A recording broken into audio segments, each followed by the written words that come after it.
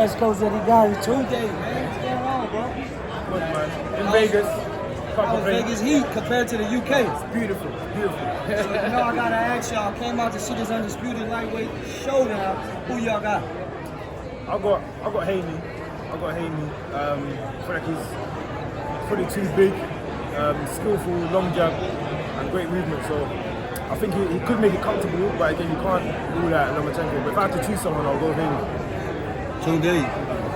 Hate to put you on the spot, bro. We got No, you put me on the spot. I love it because Devin and Bill, my people, they're the first people that I stayed with in Vegas. Oh wow. It's got to be Devin by a wide points decision.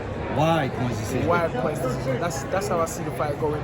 Lomachenko is a Hall of Famer, cannot be overlooked or underestimated. And Devin, I've known Devin since he was 12 years old. He's just born for this moment. I've seen the whole progression from being in the gym with them, from being in London with us. And it's just amazing and beautiful for me to see, and I'm expecting a great performance by him. Man, appreciate both of you guys, man. Now we had another big fight here a few weeks ago. Yes, Tank Davis fought Ryan Garcia. Yeah. Tank said they can't wait to see this ending. Coach Calvin said he hoped Devin wins so they can fight him. How y'all see Devin Haney and Tank Davis should Devin win this fight? That would be fireworks. For me, Tank's one of the most calculated, explosive boxers right now in boxing. People think that he's got a hard punch, but he's very calculated. You saw it against Ryan Garcia, you saw it against a lot of other opponents. That would be one of those fights where you're like, ooh, what's going to happen here? That fight will determine if Haney can withstand the boxing skill for 12 whole rounds, staying on the outside, not engaging. I want to see that fight as well, as a boxing fight. Ytunde, as a coach. Wow. Do you know what? That fight reminds me of like Floyd against Zab. Zab. Yeah. You understand? That fight is like Floyd against Zab, where we knew Zab, if he catches you, and he did, catch Floyd a few times, but Floyd had a granite chin, dedication, and I see that fight very much like Floyd, where could be rocky for Devin in the early rounds, and then Devin maybe running away with a points victory. But I see it different. Again, we can't. You just can't count out the Tank. The Tank is one of my most. I think that my top 3 favorite fighters is Devin Haney, Shakur Stevenson, and Tank. And I think it's a toss-up between every three of them. Great fight, but I'm just going to be a Devin man all the way, just because of the history. Right. But yeah, I'm rocking with Devin. Now, I got to ask y'all about this. This past weekend, we had Rolando Rolly Romero fight. Yes, sir. And Tony Weeks stoppage. It got a lot of traction, man. Many people was complaining about it. Not to mention, just hours before the fight, he put up a post and said, I saw that. All mistakes are forgivable, which made it look extremely bad, man. Yes. What did you think about that stoppage? Well, listen, I'm sure that when he put out a post, you weren't thinking about that. Right. At least we hope he wasn't thinking about that. But I feel Barrier should be given, he should have been given a better chance. Right. Because he was doing well in the fight. Right. What I'm more excited to see now is, I hope it does happen, is Rolly fighting his #1 mandatory, O'Hara Davis. Right. Because I was the one, it's not a rumor, I was the one, we were the one who went over to Vegas and O'Hara sparred with Rolly and stopped him in sparring. And so it's going to be great to see how they're both, grown men. Right. Rolly's obviously the champion, but I'll be rooting for O'Hara in that fight. I want that fight to happen so bad because the history's there. Right. The history's there and it's come full circle, and O'Hara hopefully will get the opportunity to fight Rolly and become the world champion. Now, Champ, what you think about that stoppage, being the fighter? Now, I asked him as the trainer, that Rolly Romero stoppage last week. Did you see that, and what did you think of it? What did you say? No, I said Barrier should be given opportunity to continue. It wasn't even an opportunity to continue. The brother was fighting back, like he clapped Rolly with a couple of right hands, and then I'm not understanding. It was mad. I said, no, this is mad. But yeah, it's just one of them things, man. Like, it shouldn't have been stopped. It's a joke. That's what everyone's talking about. That was actually a joke. Right. Like, my man was landing the shots. It wasn't swinging and missing, getting counted. Right. I don't think all these shots were even connected clean either. Right. It was mad. It was bizarre. Like, Shoulder. It was mad. Yeah. It was crazy. It was crazy. Yeah, it's not nice, man. I don't care what level someone is at boxing. That guy worked very hard to get to that stage. He went for a whole training camp, and he was performing. He was ahead on the cards. Right. For them to stop it like that, it's heartbreaking for him, but it's not nice to see as well. I'm a boxing fan, so yeah, and I know what goes into training camps. So yeah, it's not nice, man. I don't like that. Two more questions, right? Two of your fellow countrymen, they being linked to this massive heavyweight 4-fight December showdown with Joshua fighting Wilder and Fury fighting Usyk. Yeah. Man, what's your thoughts? We ain't never seen nothing like that. I think it should. You know what? If something like that happens, it's just like it's amazing for the sport of boxing. Right. That will be in the history books forever. Right. I believe in having that mentality of being. Anytime you can, being the first to do something. Right. You have to pay someone like Anthony Joshua like maximum respect because he's the first ever heavyweight to win a gold medal and become world champion. And again, he unified it. So he's gone above and beyond in terms of achievements. Right. But a night like that, I'll be there. Yeah. I got to be there on deck for that one too, man. So that's what needs to happen. Four of the biggest names. Everyone's expecting the knockout with the Joshua and Wilder. I feel like that's a firework fight, 100%.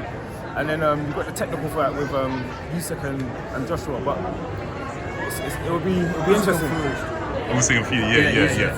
Usyk Fury, so yeah. Now, one more thing is, we ain't never seen you in a boring fight ever. Win, lose, or draw, impossible. right? We ain't never seen Yarde in a boring fight, man. Yes.